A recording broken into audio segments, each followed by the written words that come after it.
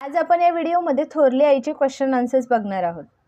यामध्ये तुम्हाला लेसनच्या खालती जेवढे दिलेले आहेत ते क्वेश्चन आन्सर्स, ग्रामर, त्यामध्ये विचारलेली माझी आजी या विषयावरती निबंध, त्यानंतर चित्रवर्णन, त्यानंतर लेसनच्या खाली जे क्वेश्चन आन्सर दिलेले असतात त्याच्या व्यतिरिक्त आपल्याला काय काय ग्रामर विचारले जाऊ शकतं किंवा एक्स्ट्राचे काय काय क्वेश्चन्स विचारले जाऊ शकतात हे सुद्धा आपण बघणार आहोत। यामध्ये एका वाक्यात उत्तरे लिहा किंवा थोडक्यात उत्तरे लिहा, वाक्य शुद्ध करून लिहा, वाक्यामधले काळ ओळखा, वाक्य कोणत्या प्रकारातले आहे ते ओळखा, योग्य विरामचिन्हांचा उपयोग करा आणि संधी सोडवा। अशा प्रकारचे सगळेच क्वेश्चन आन्सर्स आपण या व्हिडिओमध्ये करणार आहोत। चला व्हिडिओला सुरुवात करूया। पहिला क्वेश्चन आहे, खालील प्रश्नांची उत्तरे लिहा। पहिला आहे, थोरल्या आईने नवऱ्याचा दुसरा संसार का थाटला? आणि याचं उत्तर आहे, थोरल्या आईने बरेच व्रत वैकल्ये उपास नवस केला पण तिची कूस उजवली नाही। म्हणजेच काय तर थोरल्या आईने खूप सारे उपास तापास केले, नवस केले पण तिची कूसच उजवली नाही, म्हणजे तिला बाळच झालं नाही। घराला घरपण यावे, म्हणजे तिच्या घराला घरपण यावं। लहान मुलांच्या रडण्याने घर निनादावे, म्हणजेच काय घर आनंदून जावं, घरामधून लहान मुलांच्या रडण्याचा आवाज यावा म्हणून विनवण्या करून, कारण तिचे वडील तयार नसतील त्यामुळे विनंत्या करून, हट्ट करून थोरल्या आईने तिच्या नवऱ्याचा दुसरा संसार थाटला। थाटला म्हणजेच काय तर तिच्या नवऱ्याचं तिने दुसरं लग्न लावून दिलं। नंबरचा क्वेश्चन आहे, थोरली आई तवंदीला आल्यावर, इथे कदाचित तवंदीवरून आल्यावरती असणार आहे, मुलींचे लाड कसे पुरवत असेल? आणि उत्तर आहे, थोरली आई तवंदीवरून आल्यावर किंवा तवंदीला आल्यावर मुलींचे खूप लाड करायची। येताना मोर पिसाचा जुडगा, म्हणजे मोराचे पीस जे आहेत त्याचा जुडगा म्हणजे एक बंच घेऊन यायची। दोडक्याची जाळी, म्हणजे ज्यावेळेस दोडका वाळतो त्यानंतर त्याच्या आतमध्ये अशा जाळ्या असतात। आवळे, पोहे आणि लाह्या, हे सगळं मी लेसनमध्ये तुम्हाला एक्सप्लेन केलेलं आहे। पुरणपोळ्या, चकल्या, सांज्याची पोळी आणि मुलींसाठी वेगवेगळी खेळणी घेऊन यायचे। अशा प्रकारे थोरली आई मुलींचे लाड पुरवायची। थर्ड नंबरचा क्वेश्चन आहे, इंदिरेला थोरल्या आईची ट्रंक जादूच्या पोतडीप्रमाणे का वाटत असे? आणि उत्तर आहे, थोरली आई आल्यावर ट्रंक उघडी। ट्रंक म्हणजेच काय, तिने जी आणलेली पेटी आहे ती, त्यात काचेच्या मण्यांचा पोशाख, विणलेल्या बाहुल्या, रंगीत पितळेची भांडी, लाकडी कढया, चंदनी बाहुल्या, कापडांचे घोडे, पोपट, दागिने घातलेली कापडाची राणी, राजाचा पोशाख घातलेला राजा, राणीचा दागिन्यांचा छोटा डब्बा आणि त्या डब्यामध्ये वाक्या, साज, तोडे, कर्णफुले, कमरेचा पट्टा, गोट, पाटल्या, पुतळ्या, ठुशी इत्यादी वस्तू ठेवलेल्या असत, म्हणजे हे छोटे छोटे दागिने ठेवलेले असायचे। काचेच्या मण्यांचा पोशाख म्हणजेच काय, काचेच्या मण्यापासून तयार केलेला ड्रेस, बाहुल्यांचा म्हणजेच काय तर डॉलचा। विणलेल्या बाहुल्या म्हणजे ज्या उलनच्या धाग्याने किंवा उलनच्या धाग्याने ज्या विणलेल्या बाहुल्या असतात त्या बाहुल्या म्हणजेच काय तर डॉल। रंगीत पितळेची भांडी, आणि रंगीत भांडी असायची, पितळेची भांडी असायची। लाकडी कढया असायच्या, कढई पण ती कशापासून तयार केलेल्या, लाकडापासून। चंदनी बाहुल्या म्हणजे चंदनाच्या लाकडापासून तयार केलेल्या डॉल्स। कापडाचे घोडे म्हणजे आतमध्ये कापूस आणि वरून त्या कापडाने तयार केलेले असे घोडे आणि पोपट। दागिने घातलेली कापडाची राणी, आणि एक अशी डॉल टाईप तयार करायची ज्याच्या आतमध्ये कापूस आणि तिला वरून कपड्याने शिवलेली आणि तिला राणीचे दागिने घालायचे। राजाचा पोशाख घातलेला राजा, म्हणजे अशाच प्रकारचा एक म्हणजे माणूस तयार असणार जो कापसापासून तयार केलेला, वरून कपड्याने शिवलेला आणि त्याला राजाचा सगळा पोशाख चढवलेला, म्हणजेच तो कोण झाला तर राजा। राणीच्या दागिन्यांचा छोटा पितळी डबा, आणि राणीचे जे दागिने ठेवतो त्याच्यासाठी त्यांनी पितळी डब्बा वापरलेला आहे जो काय आहे छोटा। त्या डब्यामध्ये काय असायचं, वाक्या म्हणजेच काय तर हाताला जो लावतात त्याला बाजूबंद, आणि साज म्हणजे जसं की कोल्हापूर साज वगैरे आहे। तोडे जे पायामध्ये घातले जातात। कर्णफुले म्हणजे कानामध्ये जी घातलेली जातात सोन्याची फुले ती। कमरेचा पट्टा म्हणजे कमरेचा बेल्ट जो आहे तो। गोट म्हणजेच कडा, आणि पाटल्या म्हणजेच सोन्याच्या बांगड्या, आणि पुतळ्या हा सुद्धा एक दागिना आहे जो गळ्यामध्ये घातला जातो, आणि ठुशी तर सगळ्यांना माहितीच असेल, इत्यादी वस्तू ठेवलेल्या असत। फोर्थ नंबरचा क्वेश्चन आहे, इंदिरेला आई व मावशीचा राग का येत असेल? आणि उत्तर आहे, इंदिराच्या आईला व मावशीला थोरली आई आवडत नसे. म्हणजे इंदिराच्या आईला आणि मावशीला असं वाटायचं की हिची थोरली आई वाईट आहे, त्यामुळे त्यांना ती आवडायची नाही. ते नेहमी थोरल्या आईविषयी वाईट साईड बोलत आणि त्या नेहमी तिच्याबद्दल वाईट साईड असं बोलायच्या. थोरली आई इंदिरेशी मोजक्या शब्दात बोलत म्हणून तिला राग आहे आणि मग त्यामुळे इंदिराशी तिने लळाच नाही लावला किंवा तिच्याशी जास्त असं प्रेम आहे असं दाखवलं नाही आणि ती मोजकंच बोलायची. त्यामुळे इंदिरेला तिच्या आईचा आणि मावशीचा खूप राग यायचा. 5th नंबरचा क्वेश्चन आहे, थोरल्या आईचे व्यक्तिचित्र रेखाटा. म्हणजे थोरली आई कशी होती हे सांगा. हा क्वेश्चन तुम्हाला 3 मार्क्सला वगैरे येऊ शकतो. थोरली आई गरीब कुटुंबातली होती. तिचं कुटुंब कसं होतं, म्हणजे तिचं माहेर गरीब होतं. लग्न झाल्यावर ही श्रीमंत घरात गेल्यावर तिला गर्व झाला नाही आणि तिचं जे सासर होतं हे श्रीमंत होतं, पण श्रीमंत कुटुंबात गेली म्हणून तिला त्याचा गर्व झाला नाही. तिने आपल्याला मूल होणार नाही हे कळताच नवऱ्याचा दुसरा संसार थाटला आणि जेव्हा तिला कळलं की आपल्याला कधीच मूल होऊ शकत नाही त्यावेळेस तिने तिच्या नवऱ्याचं दुसरं लग्न लावून दिलं. पण स्वतः मात्र ती त्यांच्याबरोबर न राहता गावाला जाऊन राहू लागली आणि ती त्यांच्यासोबत नाही राहिली. तर तिने काय केलं, स्वतःच ह्या दोघांच्या संसारामध्ये आपण लक्ष द्यायला नको म्हणून ती गावाला जाऊन एकटी राहू लागली. तिथली शेती कारभार पाहू लागली आणि तिथंच ती त्यांचा शेती कारभार बघायला लागली. कधी काळी घरी आल्यावर मुलींसाठी वेगवेगळे पदार्थ खेळणी आणत आणि कधीतरी हिची जी मुले आहेत आणि हे दोघं नवीन म्हणजे तिचा नवरा आणि तिची जी सवत आहे ती जेव्हा घरी आली तेव्हा त्यांचे खूप लाड पण करायची, मुलींसाठी खेळणी आणायची, वेगवेगळा खाऊ बनवायची. राधाला आपण आवडत नाही हे तिला माहीत होते. राधा कोण होतं, तर इंदिराची खरी आईचं नाव होतं राधा. पण तिने त्याच्याकडे दुर्लक्ष केलं. नवरा गेल्यावर सगळी संपत्ती राधाला दिली आणि ज्यावेळेस तिच्या नवऱ्याचं जेव्हा निधन झालं तेव्हा सगळी जी संपत्ती इस्टेट जी काय होती ती तिच्या राधाला देऊन टाकली. देवधर्माची उपासक म्हणजेच काय, तर खूप देवाचं असं करणारी, उपास तापास करणारी तिला उपासक म्हणतात. प्रेमळ अशी आई या पाठात रेखाटली आहे आणि खूप अशी प्रेमळ अशी आई दाखवली आहे या लेसनमध्ये. 6th नंबरचा क्वेश्चन आहे, इंदिरा थोरल्या आईकडून काय काय शिकली.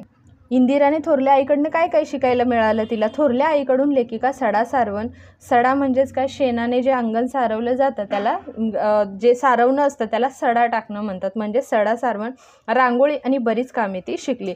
पाखरांना अंगणात पाणी ठेवण्याची ती थोरल्या आईकडून शिकली, हे त्याचं उत्तर आहे. त्यानंतर आहे, कोण कोणास म्हणाले. खादाड होणार आहात नुसत्या, तर हे कोण म्हणाले, राधा आई लेखिकेला म्हणाली. तेरड्याचा रंग 3 दिवस, म्हणजे हे काय प्रेम जास्त दिवस नाही चालणार आहे, थोडेच दिवस तुमचं हे प्रेम चालणार आहे, असं कोण म्हणालं, राधा आई मुलींना म्हणाली. मुली म्हणजे कोण, इंदिरा आणि तिची बहीण, म्हणजे लेखिकेची बहीण आणि लेखिका. इंदिरा तुझं लग्न करून दिलं, हे कोण म्हणाली, थोरली आई लेखिकेला म्हणाली. त्याच्यानंतर आहे, रिकाम्या जागा भरा. तिची डॅश उजवली नाही, तर तिची काय उजवली नाही, कूस, म्हणजेच तिला बाळ झालं नाही. तिने नवऱ्याच्या संसारातील लक्ष काढले, म्हणजे तिने काय काढलं, तर संसारातील लक्ष काढलं. तिचे हे डॅश वागणे आईला आवडत नसे. कोणाशी वागणं, म्हणजे लेखिकेशी आणि तिच्या बहिणीशी जी ती वागायची थोरली आई, हे तिच्या खऱ्या आईला आवडत नसे. मी नेहमी तिच्या डॅश असे, म्हणजे मागे मागे. कोणाच्या, तर लेखिका नेहमी थोरल्या आईच्या मागे मागे असायची, पण थोरली आई तिचा लळा लावून घ्यायची नाही, म्हणजेच काय, तर जास्त प्रेम आहे असं दाखवायची नाही. ती डॅश हसली, तर ती गोड हसली. जेव्हा लेखिकेचं लग्न झालं तेव्हा तिच्या पाठीवरून हात फिरवला आणि ती गोड हसली. विरुद्धार्थी शब्द लिहा. गोडचा विरुद्धार्थी शब्द येणार आहे कडू, हसण्याचं येणार आहे रडणे, अगम्याचं येणार आहे दुर्गम. थोरली म्हणजे मोठी आणि छोटीला धाकली म्हणतात. सासर, माहेर, प्रेम, क्रोध, आवडणे, ना आवडणे, जाणे, येणे. त्याच्यानंतर खाली आहे, लिंग बदलून वाक्य पुन्हा लिहा. तो बाहेर गेला, मग आता तोच्या जागी केलं, तो म्हणजे मुलगा. सो त्याच्यानंतर त्याचा विरुद्धार्थी शब्द काय येणार आहे, लिंग बदलायचा आहे, म्हणजे तो म्हणजे मुलगा. सो मुलीला काय म्हणणार आहे, ती. मग आता इथे पूर्ण चेंज होणार आहे. तो बाहेर गेलाचं इथे काय येणार आहे, ती बाहेर गेली. मुलगी आहे म्हणून गेली, मुलगा आहे म्हणून गेला. मुलगी खाऊचा डबा आणते. आता मुलगीचं लिंग बदलल्यावर काय होणार आहे, तर मुलगा. मुलगा खाऊचा डबा आणतेचं काय येणार आहे, आणतो. सॉरी, इथे मिस्टेक झाली, उघडतो झालेलं, तर इथे आहे मुलगा खाऊचा डबा आणतो. त्यानंतर आहे एकवचन आणि अनेक वचन, म्हणजे सिंग्युलर आणि प्लुरल सांगायचं आहे. तर पाटलीचं काय येणार आहे, पाटली म्हणजे एक बांगडी आणि पाटल्या म्हणजे खूप साऱ्या बांगड्या, किंवा 2 हातामध्ये जेव्हा घालतो तेव्हा त्या पाटल्या होतात आणि एका हातामध्ये जी असते एक बांगडी असते तिला पाटली म्हणतात. पाखरू म्हणजे पक्षी, एक पाखरू असेल तर त्याला पाखरू, आणि खूप सारे पक्षी असतील तर त्यांना पाखरे म्हणणार आहे. दागिना एक असेल तर तो दागिना होणार आहे आणि खूप सारे असतील तर ते दागिने होणार आहेत. रांगोळी एक असेल तर ती रांगोळी आणि खूप साऱ्या असतील तर त्याला रांगोळ्या म्हणतात. बाहुली एक असेल तर ती बाहुली होणार आणि खूप साऱ्या जर डॉल्स असतील तर त्यांना बाहुल्या म्हणणार आहे. आता खाली सांगितलं आहे, घराला घरपण देणारी, मायेची ओढ देणारी माझी आजी या विषयावरती निबंध लिहा. आई ऑफिसला गेली की घरात आजीची खूप धावपळ असते. माझी आजी आईची कमतरता कधीच भासू देत नाही. आजी पहाटे लवकर उठून तयारी करून देवघरात दररोज 1 तास पोथी पुराण वाचत बसते. पोथी पुराण म्हणजेच काय, तर देवाची जी पुस्तकं असतात ती वाचत असते. नंतर आईला कामात मदत करते आणि ज्यावेळेस तिची कामं आवरतात त्याच्यानंतर ती आईला कामात सुद्धा मदत करते. त्यानंतर ती शेजारच्या आजीबरोबर मंदिरात जाते आणि त्या माझी आजी आणि बाजूची आजी दोघीजणी मिळून मंदिरात जातात. दुपारी थोडीशी झोप काढून नंतर चहा घेऊन संध्याकाळी छान ताजी भाजीही घेऊन येते आणि दुपारचं उठते, चहा घेते, जरा थोडं चालून भाजी घेऊन येते. संध्याकाळी दिवा लावते म्हणजेच काय, देवपूजा करते आणि देवाची आरती व देवपूजा करते. रात्री जेवण झाल्यानंतर आम्हाला गोष्टी सांगून झोपवते. घरात कोणीही आजारी असले की आजी त्यांची खूप काळजी घेते. अशी ही माझी आजी मला खूप खूप आवडते. आणि खाली एंडिंग करायची आहे, जशी ताजी ताजी भाजी तशी मला आवडते माझी आजी. यामध्ये आपल्याला चित्रवर्णन करायला सांगितलेलं आहे. खालील चित्र पहा व त्यांचे वर्णन आपल्या शब्दात लिहा. आणि हा जो क्वेश्चन आहे हा तुम्हाला 5 मार्कला विचारला जाऊ शकतो एक्झाममध्ये.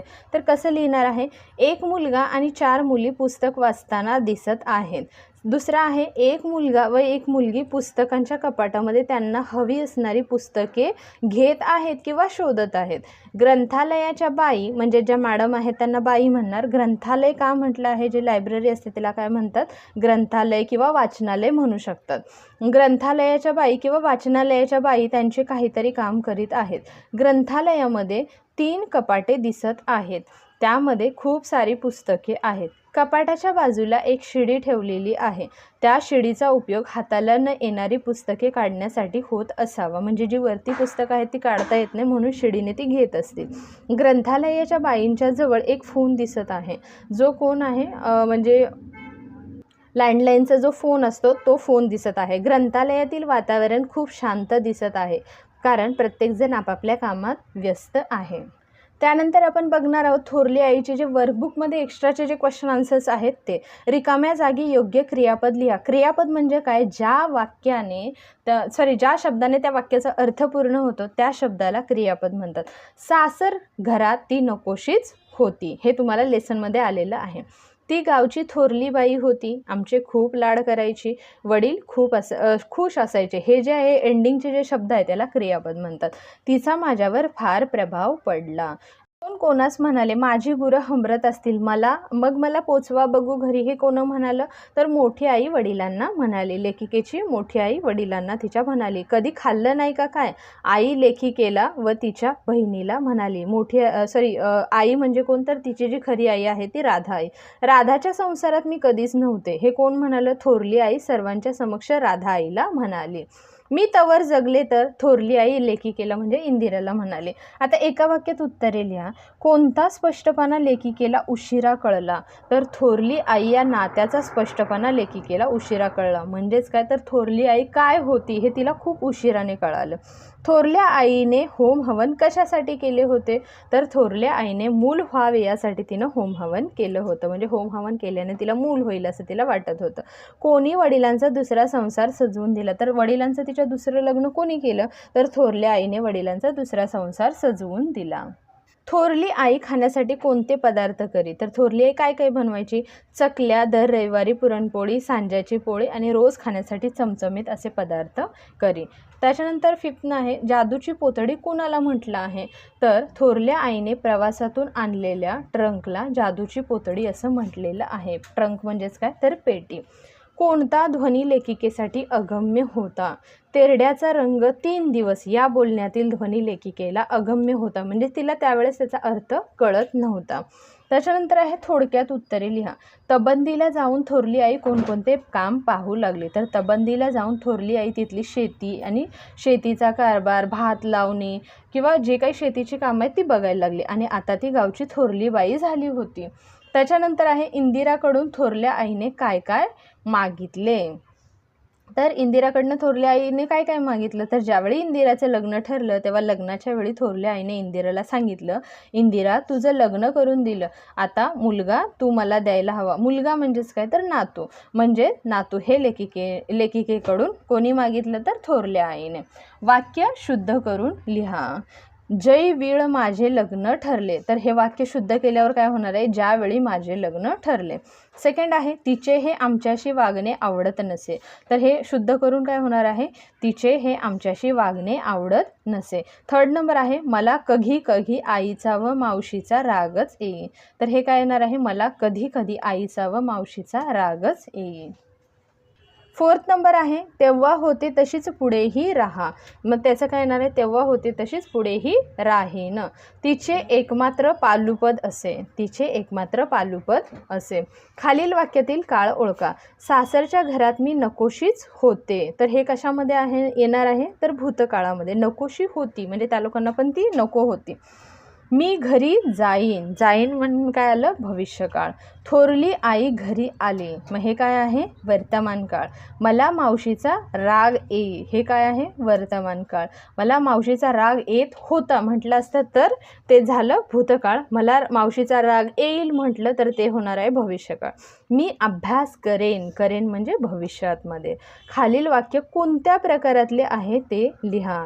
आता हे वाक्याचे प्रकार कसे ओळखायचे ह्याच्यावरती मी एक व्हिडिओ बनवणार आहे. त्यावेळेस तुम्हाला कळेल की हे वाक्य कसं म्हणजे कोणत्या प्रकारातलं आहे किंवा हे तुम्ही कसं ओळखाल. मी अतिशय सुखी आहे. तर ह्याचं काय येणार आहे, विधानार्थी वाक्य. विधानार्थी वाक्य म्हणजे काय, तर ज्या वाक्यात केवळ विधानच केलेलं असतं त्याला विधानार्थी वाक्य असं म्हणतात. ज्या वाक्याची सुरुवात कर्त्याने होते आणि शेवटी पूर्णविराम असतो. म्हणजे ते कुठलं पण माहिती देणारं वाक्य असू शकतं, त्याला विधानार्थी वाक्य असं म्हणतात. कधी खाल्लं नाही का काय, तर हे काय झालं, प्रश्नार्थक वाक्य. तर प्रश्नार्थक वाक्य कशाला म्हणतात, ज्या वाक्यात प्रश्न विचारलेला असतो त्याला प्रश्नार्थक वाक्य असे म्हणतात. म्हणजे सिंपल ट्रिक काय, शेवटी प्रश्नचिन्ह असलं तर ते वाक्य प्रश्नार्थक वाक्य आहे असं समजायचं. थर्ड नंबरचं आहे आ हा हा किती छान देखावा आहे हा. हे काय झालं, उद्गारार्थी वाक्य. आता उद्गारार्थी वाक्य म्हणजे काय, ज्या वाक्यात भावनेचा उद्गार किंवा उद्गार काढलेला असतो त्याला उद्गारार्थी वाक्य म्हणतात. अशा शेवटी शब्द जे आहे किंवा वाक्याच्या शेवटी हा जो आहे ना, हा उद्गारवाचक चिन्ह असतो त्याला उद्गारार्थी किंवा उद्गारवाचक वाक्य असं म्हणतात. त्याच्यानंतर तू घरी जा. हे काय आहे, होकारार्थी वाक्य आहे. होकारार्थी वाक्य कशाला म्हणतात, तर ज्या वाक्यातनं होकार दर्शवला जातो म्हणजे होकार आहे असं सांगितलं जातं त्याला होकारार्थी वाक्य म्हणतात. आता दुसरं आहे आई संध्याकाळी फिरायला निघाली. हे काय आहे, विधानार्थी वाक्य. जे मगाशी सांगितलं, पहिला असतो कर्त्यानं सुरुवात होते आणि पूर्णविरामनं त्याचा एंड होतो, अशा वाक्याला म्हणतात विधानार्थी वाक्य. त्यानंतर 8 नंबरचा क्वेश्चन आहे योग्य विरामचिन्हांचा उपयोग करा. मी नाही येत जेवायला, आई तो ओरडून सांगतो. मग हे काय आहे, मी येत नाही जेवायला आई, हा इथे फुल स्टॉप झाला आणि हे काय त्याने कसं सांगितलं आहे, ओरडून. म्हणजे हे काय झाले, 2 वाक्य झालेली आहेत. तर म्हणाला कसे दिसणार, तर म्हणाला कॉमा आणि कसे दिसणार प्रश्न विचारला आहे ना त्याने, तर हे कसं दिसेल. का रे हा सुद्धा प्रश्नचिन्ह आहे म्हणजे प्रश्नार्थक वाक्य आहे. आई तो म्हातारा दिसत आहे. मग आईच्या नंतर कॉमा आहे आणि तो म्हातारा नाही, तर इथे काय येणार आहे, फुल स्टॉप येणार आहे. त्याच्यानंतर 4th नंबरचा आहे 5th नंबर आहे बाबा तुमचं इंग्रजी चांगलं आहे ना. प्रश्न विचारला आहे ना त्याने, बाबा तुमचं इंग्रजी चांगलं आहे ना, क्वेश्चन मार्क येणार आहे. त्याच्यानंतर संधी सोडवायचं आहे. क्रम प्लस अंकचं येणार आहे क्रमांक, एक प्लस अग्रचं येणार आहे एकाग्र, मन प्लस तापचं येणार आहे मनस्ताप, सु प्लस संगतचं येणार आहे सुसंगत, मानचं येणार आहे मानापमानचं येणार आहे मान प्लस अपमान मानापमान. अशा प्रकारे ह्या लेसनचे क्वेश्चन आन्सर्स आपण बघितलेले आहेत. तर कसे वाटला तुम्हाला हा लेसन आणि त्याचे क्वेश्चन आन्सर कमेंट करून नक्की सांगा. थँक्यू.